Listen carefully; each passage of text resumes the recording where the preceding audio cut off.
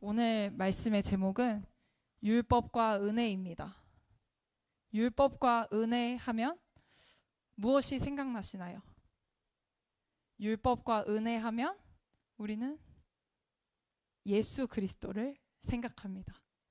은혜는 예수 그리스도로만, 오직 예수 그리스도로만 우리에게 주어진 것이기 때문입니다. 오늘 말씀에서 7장 7절에 보면 그런즉 우리가 무슨 말을 하리요? 율법이 죄냐? 그럴 수 없느니라. 율법으로 말미암지 않고는 내가 죄를 알지 못하였으니 라고 말씀하고 있습니다. 우리에게 율법은 처음 딱 율법을 봤을 때 굉장히 딱딱하고 우리가 지켜야 하는, 수행해야 할 의무라고 생각하기 쉽습니다. 율법의 대표적인 것으로는 10계명이 있듯이 10계명은 살인하지 말라, 간음하지 말라, 내 부모를 공경하라, 내 이웃의 것을 탐내지 말라. 첫째 되는 계명으로는 너는 나 외에 다른 신을 내게 두지 말라. 이 모든 것들을 처음 우리가 10계명을 들었을 때는 다 지켜야 한다라고 생각합니다.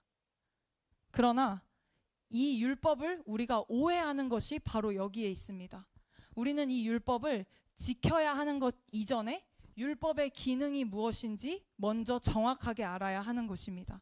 이 율법의 기능을 알지 못한 채 우리가 신앙생활을 하게 되면 이 딱딱한 율법을 내가 지키려고 노력하다가 지치게 됩니다. 또는 내가 이 정도 했으면 됐다라는 생각에 자기 만족으로 하나님 앞에서 신앙생활을 그치게 됩니다. 그러니 더더욱 사단은 이 율법의 기능을 정확하게 아는 것을 방해할 수밖에 없습니다. 우리는 그래서 이 로마서에 율법과 은혜에 대해서 나누고 있는 이 말씀에 대해 하나님이 계시하시는 대로 명확하게 알아야 할 필요가 있습니다. 그래서 율법이 죄냐? 그럴 수 없느니라. 율법은 딱딱하고 어렵고 우리가 지키기 힘든 것이지만 이것은 율법 자체는 죄가 아닙니다. 왜 죄가 아닌지 혹시 아시나요? 율법은 하나님께서 주신 계명이자 다시 말하면 이 모든 율법이 예수 그리스도를 말하기 때문입니다. 오직 예수님 한 분만이 이 율법을 전부 다 지킨 유일한 단 한 사람인 것입니다. 그래서 우리는 이 율법을 죄라고 말하지 않습니다. 율법은 선한 것이고 율법은 하나님이 주신 것입니다. 그러나 율법이 선한 것은 율법으로 말미암지 않고는 내가 죄를 알지 못하였으니, 여기서 바로 율법의 기능이 나와 있는 것입니다. 로마서 7장 7절 보여주세요. 율법으로 말미암지 않고는 내가 죄를 알지 못하였으니, 이 율법의 기능으로 하여금 우리는 우리의 죄를 비로소 깨닫게 된다라는 것입니다. 여기서 죄에 대한 것도 살펴볼 필요가 있습니다. 죄는 내가 거짓말을 하고 누군가를 미워하고 험담을 하고 어떤 도둑질을 하고 이런 행동을 말하지 않습니다. 죄는 이 행동들은 죄 행들을 말하고 이 행동들 이전에 우리 안에 근본적으로 있는 것, 그것을 죄라고 말합니다. 이 죄는 하나님이 계셔야 할 자리에 내가 있음으로 말미암아 하나님을 대적하는 우리의 요구, 우리의 욕구, 이것을 바로 죄라고 말합니다. 이 율법의 기능은 바로 이 죄를 깨닫게 하는 것입니다. 그리고 우리가 죄라고 생각하는 죄 행들은 결국은 이 죄로부터 시작된 결과일 뿐입니다. 하나님께서는 이 율법으로 말미암지 않고는 내가 죄를 알지 못한다라고 말씀하셨습니다. 그런데 우리는 10계명과 어떤 말씀을 들으면 이것을 해야 돼, 이것을 지켜야 돼, 내가 이것을 지키지 못했네, 하나님 앞에 회개해야겠다, 이 쳇바퀴를 벗어나지 못합니다. 내가 이것을 해야 되나 말아야 되나, 내가 이것을 지켜야 되나 말아야 되나. 이것이 바로 사단이 우리를 속이고 있는 것입니다. 하나님께서는 이것을 하고 말고의 차원이 아닌 더 깊은 이 율법을 통해 나의 죄를 보게 하심으로 우리에게 오직 예수 그리스도가 필요하다는 것을 알게 하십니다. 곧 율법이 탐내지 말라 하지 아니하였더라면 내가 탐심을 알지 못하였으리라. 율법은 탐내지 말라라고 우리에게 행동을 촉구하는 것 같습니다. 그러나 율법으로 인해서 나는 내 안에 있는 죄, 더 근본적인 탐심을 보게 되는 것입니다. 그렇다면 우리가 율법을 지켜야 되는 것일까요? 말아야 되는 것일까요? 율법은 지켜져야 하는 것입니다. 그런데 우리가 다들 한 번씩 경험해 보셨듯이 열심히 율법을 지키려고 해보셨을 것입니다. 그런데 우리가 10계명의 이 10계명을 완벽하게 다 지킬 수 있던가요? 그럴 수 없다라는 것을 우리는 또다시 마주하게 될 것입니다. 하나님께서는 율법의 기능이 바로 우리의 죄를 깨닫게 함과 동시에 나로서는 이 율법을 지킬 수가 없구나라는 큰 좌절과 절망을 마주하게 하십니다. 그것이 우리에게 그것으로만 하여금 예수 그리스도를 우리가 필요로 한다고 요청하기 때문입니다. 바로 하나님의 큰 그림이 여기에 있습니다.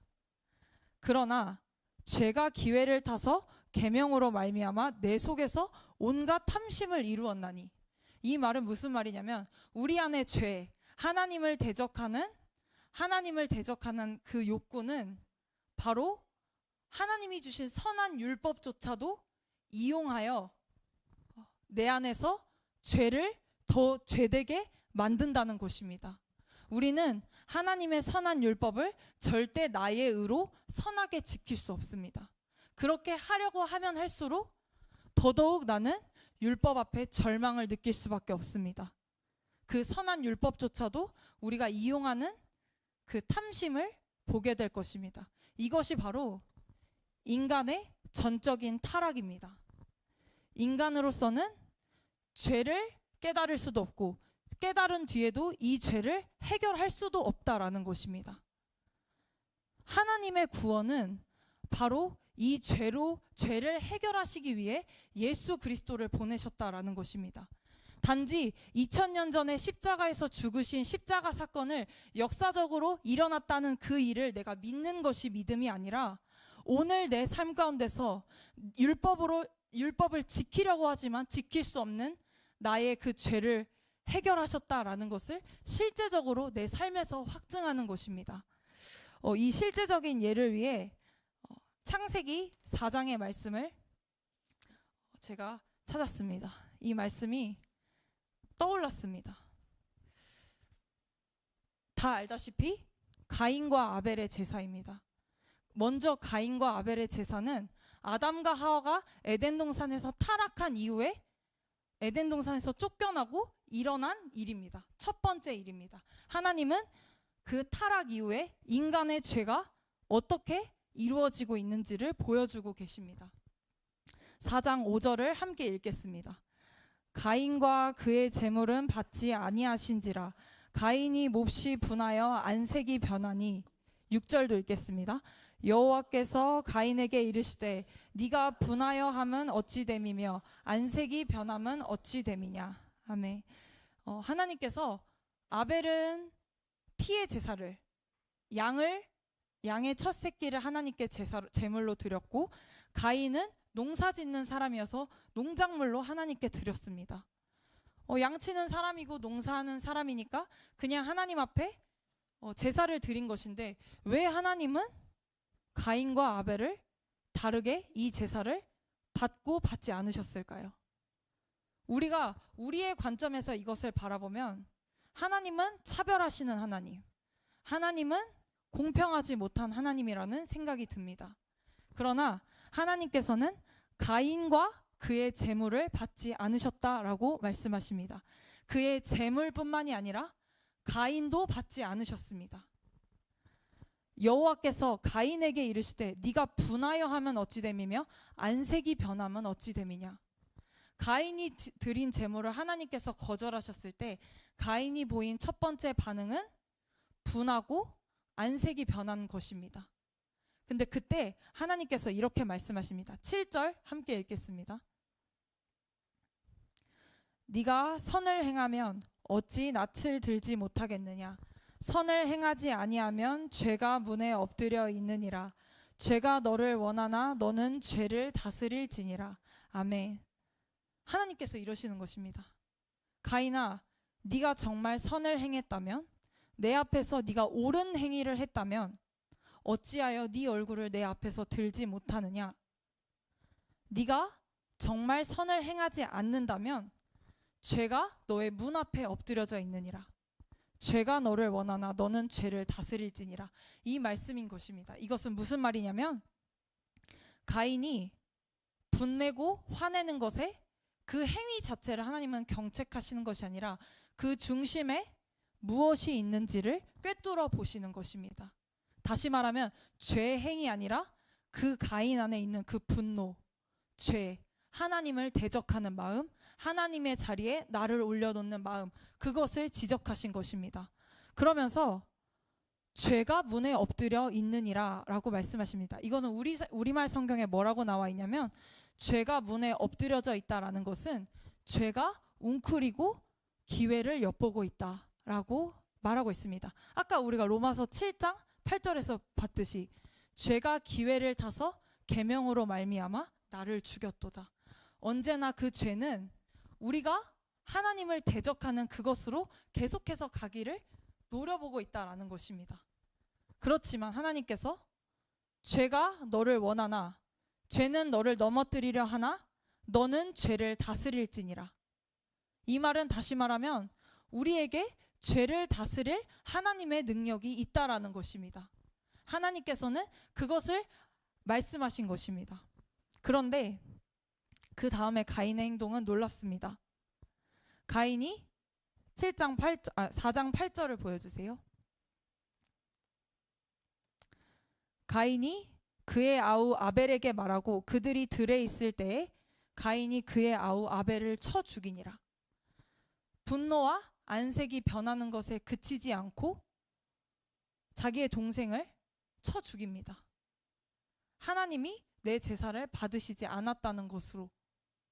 이것은 다시 말하면 우리 안의 죄는, 하나님을 대적하는 죄는 하나님을 대적할 뿐만 아니라 내 옆에 있는 이웃도 살인할 만큼 무시무시한 파괴력을 가지고 있다라는 것을 말해줍니다. 그런데 가인은 아벨을 죽일 때에 그 동기가 무엇인지 우리는 이 가인의 이야기를 통해 볼 수 있습니다.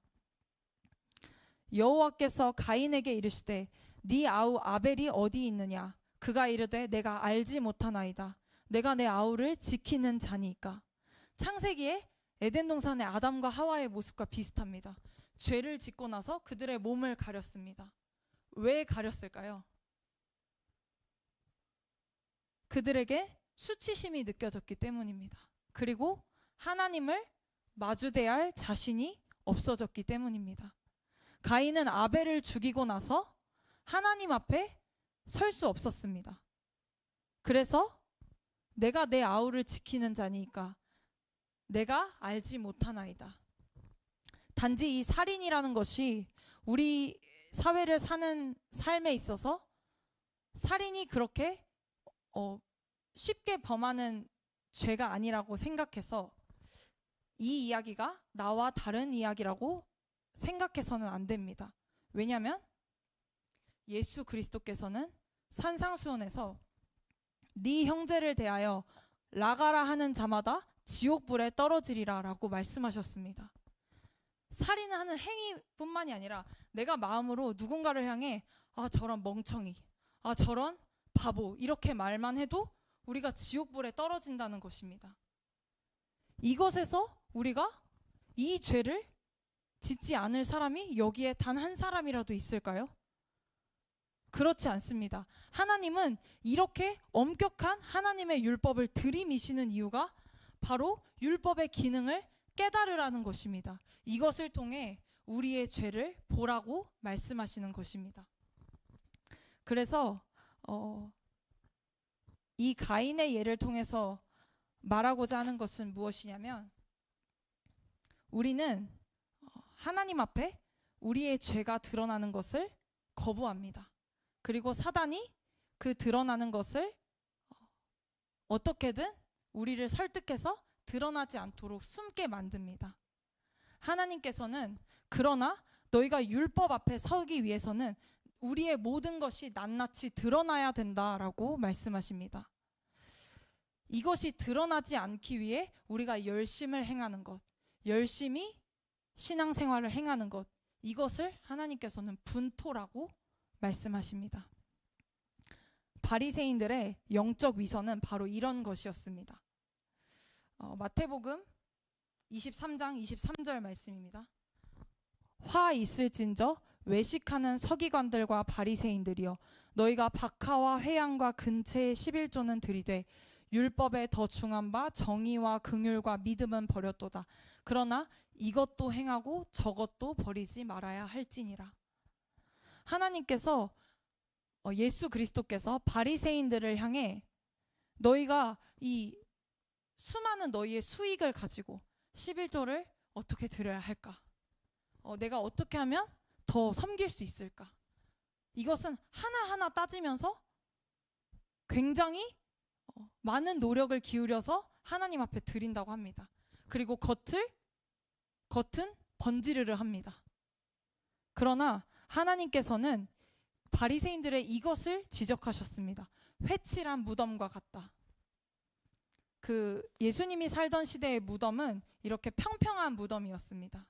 그런데 이 평평한 무덤에 회칠을 함으로 무덤인 것을 표시했습니다. 사람들 눈에 잘 보이지 않는다라는 것이죠.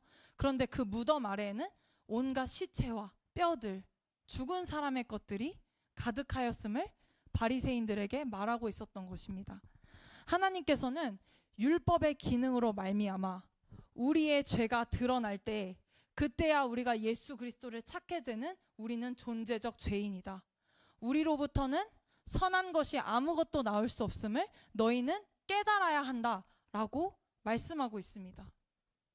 그래서 우리에게 율법은 선한 것입니다. 갈라디아서에서는 이 율법을 초등교사라고 말하고 있습니다.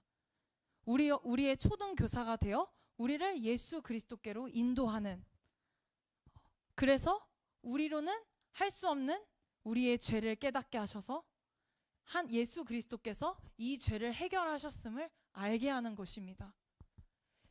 이것을 우리 삶에서 진정으로 깨닫게 될 때 우리는 하나님의 십자가 죽음과 부활이 어떠한 은혜인지 내 삶에서 비로소 찬양하게 되는 것입니다. 그 기쁨의 감격으로 우리는 예수 그리스도를 온전히 높여드릴 수밖에 없게 됩니다.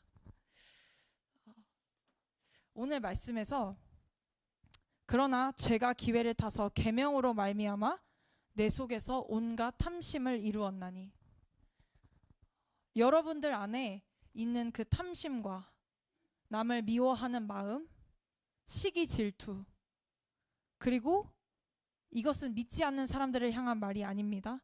믿는 우리에게 있는 영적인 것에 대한 탐심. 저 사람이 영적으로 굉장히 깊이가 있어 보이고 하나님을 더 많이 아는 것 같고, 근데 그것을 향해 나도 저걸 갖고 싶다. 근데 난 하나님을 너무 모르는 것 같아. 그럼 내가 뭘 알아야겠다 하면서 막 나의 열심을 다해요. 근데 하나님은 이 열심을, 이것을 바로 분토라고 말하는 것입니다.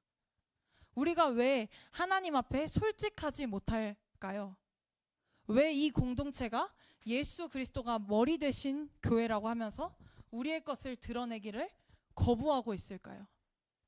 하나님께서는 우리에게 오늘 제가 놀라웠던 것은 교동문 말씀이 고린도전서 13장이었습니다.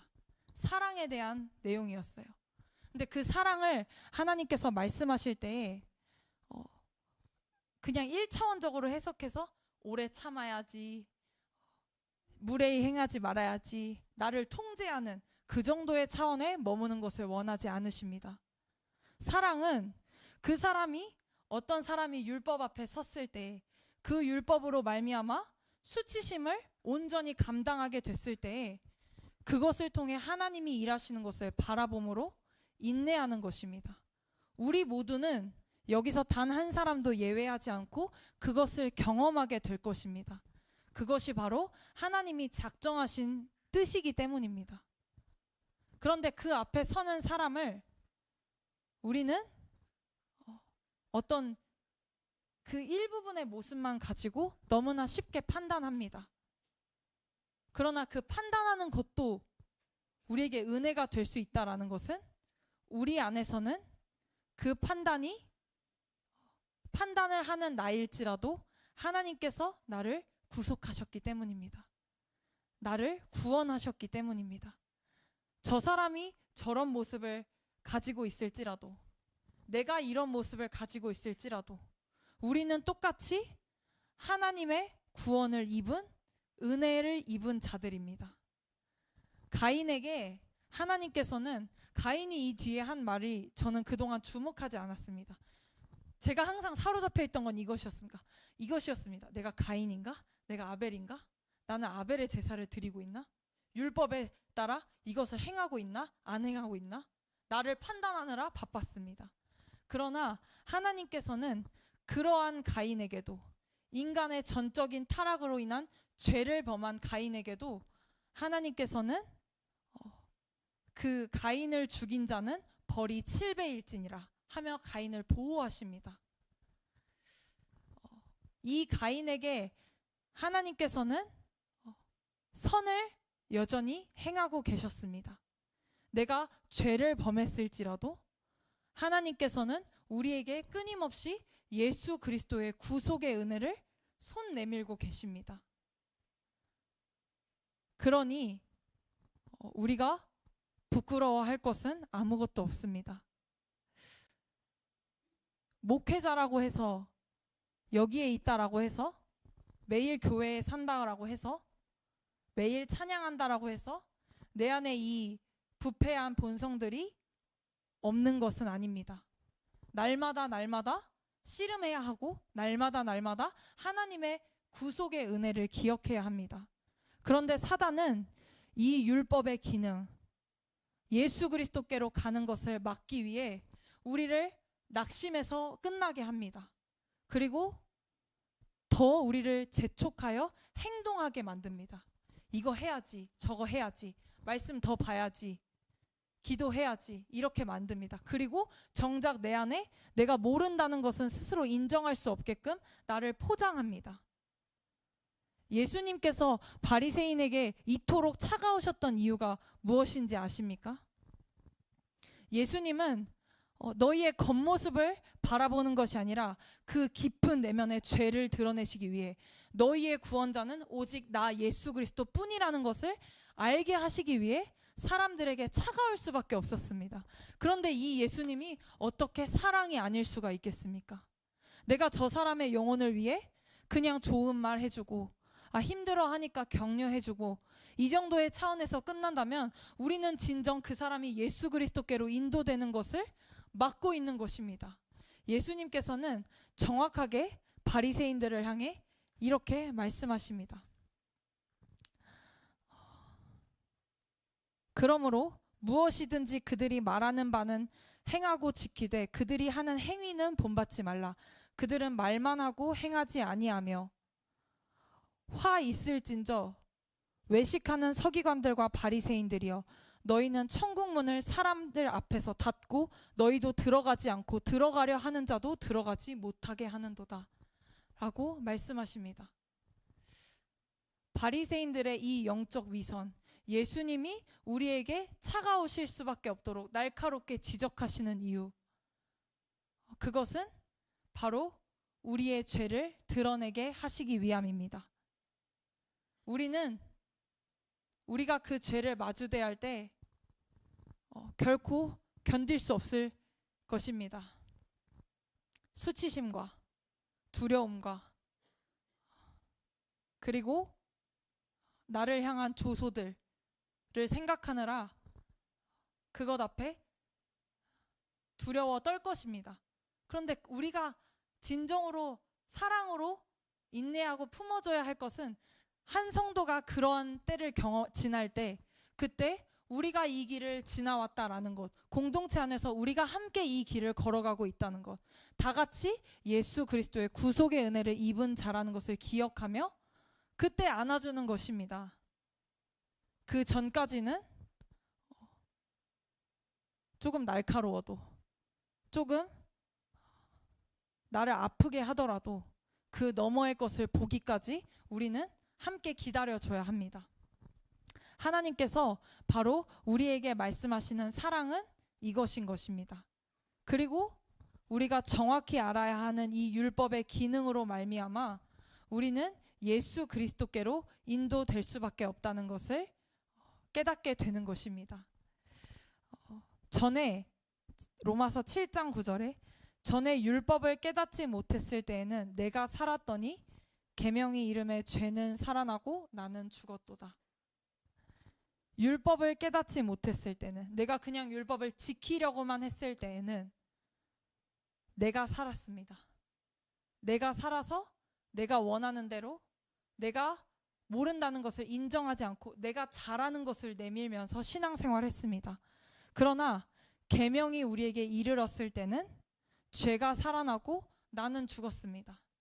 나는 비참할 정도로 괴롭지만 우리의 죄가 살아났으므로 이 죄로 말미암아 이 죄를 해결하신 예수 그리스도를 인정할 수밖에 없게 하십니다. 하나님께서 이 은혜를 우리 모두에게 허락하고 계시다는 것을 우리가 알기를 원합니다. 제가 이번 주에 왜 리더자 두 분이, 목사님, 사모님이 이 자리를 비우시는 이 상황에서 우리에게 요구하시는 것은 무엇인가? 라고 새벽 예배 때 질문을 던졌습니다. 하나님은 남아있는 우리들에게 무엇을 요구하시는가? 라고 했을 때 하나님께서 저번 주부터 이번 주 교동문의 확증으로 하시는 말씀은 사랑이었습니다. 우리가 그리스도 안에서 예수님과 함께 하나 되었다는 사실, 그 연합 안에서만 서로를 사랑할 수 있다라는 사실, 그것이 우리에게 남겨진 것입니다. 내가 조금 부족하고 연약할지라도, 나에게는 사랑이 있지 않다는 것을 너무나 명확히 알지라도 우리는 우리의 능력이 아닌 십자가의 능력으로 내 옆에 이웃을 내 몸과 같이 사랑할 수 있습니다. 십계명이 율법의 대표적인 것이라고 말씀을 드렸죠. 근데 예수님께서 이 십계명에 대해서 계명에 대해서 다시 말씀하십니다. 크고 첫째 되는 계명은 이것이니 주 너의 하나님을 사랑하라. 둘째도 이것이니 내 이웃을 내 몸과 같이 사랑하라.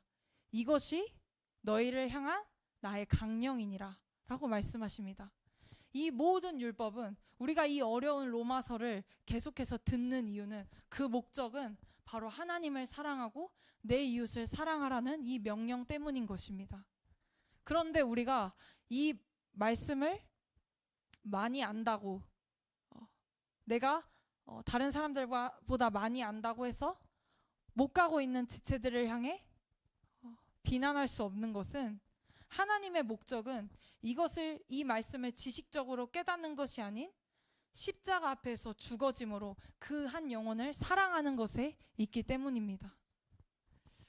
우리에게 그 부담이 지워졌다고 해서 두려워하거나 걱정하지 마십시오. 왜냐하면 우리에게는 이미 예수님께서 이것을 행하실 능력이 있으시기 때문입니다. 그리고 우리 안에서 그 일을 행하시는 것을 공동체 안에서 보게 하실 것입니다.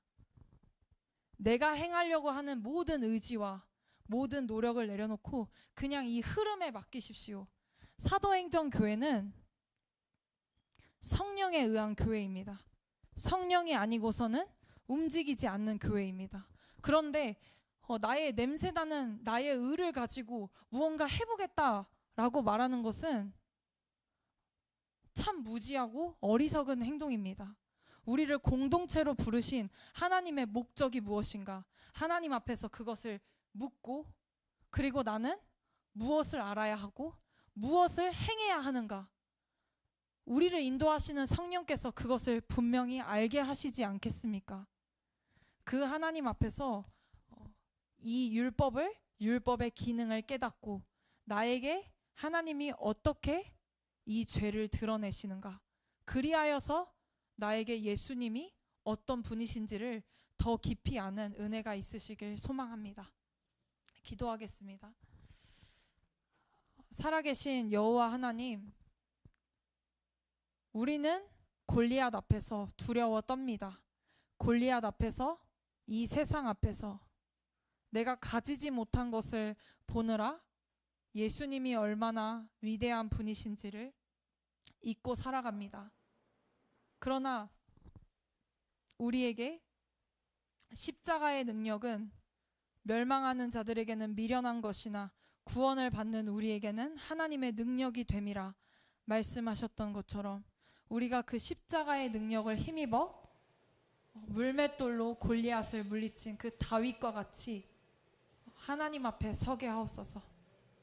우리를 그렇게 부르신 줄 믿사오며 감사드리며 예수님의 이름으로 기도드렸습니다. 아멘.